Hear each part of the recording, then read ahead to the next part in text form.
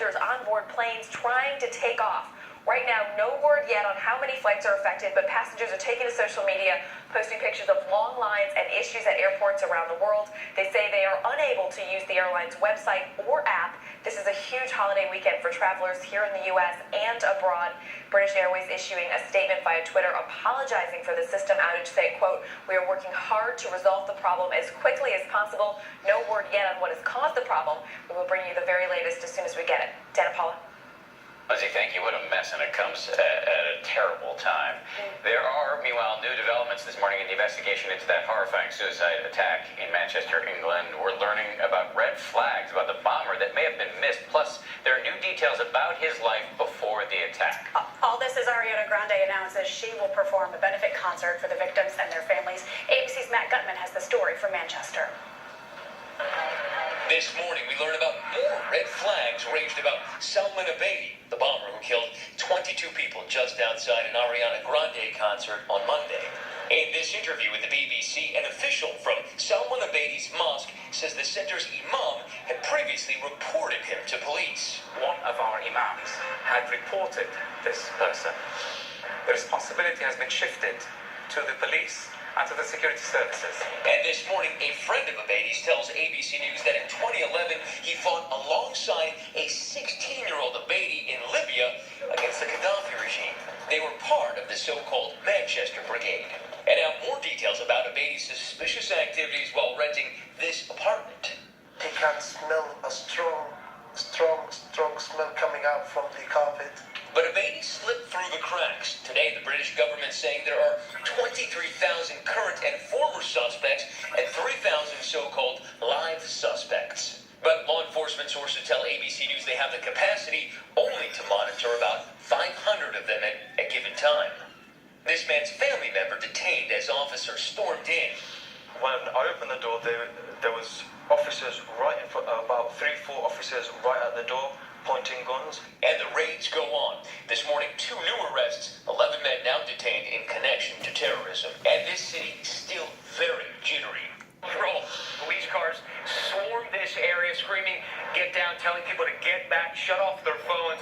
It was a false alarm. And as Manchester struggles to its feet, it got a huge helping hand Friday. Ariana Grande promising a return to Manchester for a benefit concert, saying in a statement, "We won't let hate win."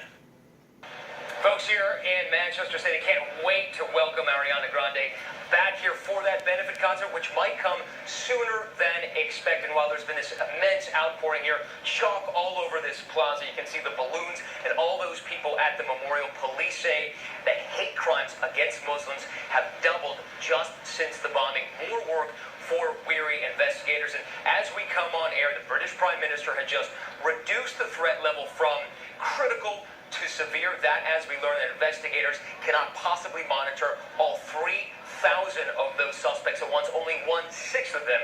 So much more work left to be done here in England. Dan, Paula. So many signs of solidarity on what's going to be a really busy weekend there in Manchester. Matt Gutman, thanks for your reporting this morning. And as the holiday getaway begins, there was a terrifying moment on board a train in Oregon. A suspect who police say was acting erratically stabbed 2 Good Samaritans to death. And ABC's Marcy Gonzalez is in our LA bureau with more. Marcy, good morning.